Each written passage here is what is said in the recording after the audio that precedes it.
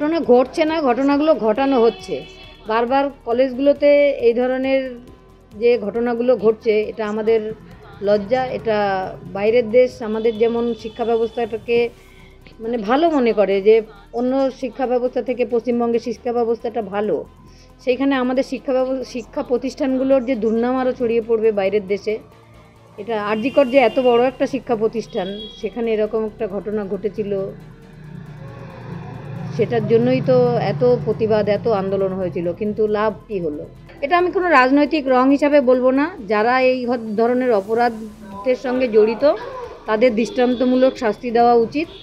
আমার মেয়ের প্রায় 1 বছর হতে গেল, একটা সরকারি শিক্ষা প্রতিষ্ঠানে খুন হয়েছে, ধর্ষণ করা হয়েছে তাকে।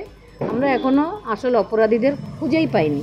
এটা সরকারি মদতেই তারা লুকিয়ে আছে, তাদের মাথায় সরকারের হাত আছে। 3 জনকে গ্রেপ্তার করেছে, একজন তৃণমূলের নেতা এবং 2 জন হসপিটালে কলেজের কর্মচারী। 3 জন তো অ্যারেস্ট হয়েছে। আরজি করের ঘটনা কী আর বলবো, মানে ধামাচাপা দেওয়ার চেষ্টা প্রথম থেকে পুলিশ করেছিল, এখনও সেই অবস্থায় চলছে। আমরাও লড়াই চালিয়ে যাচ্ছি, দেখা যাক কী হয়।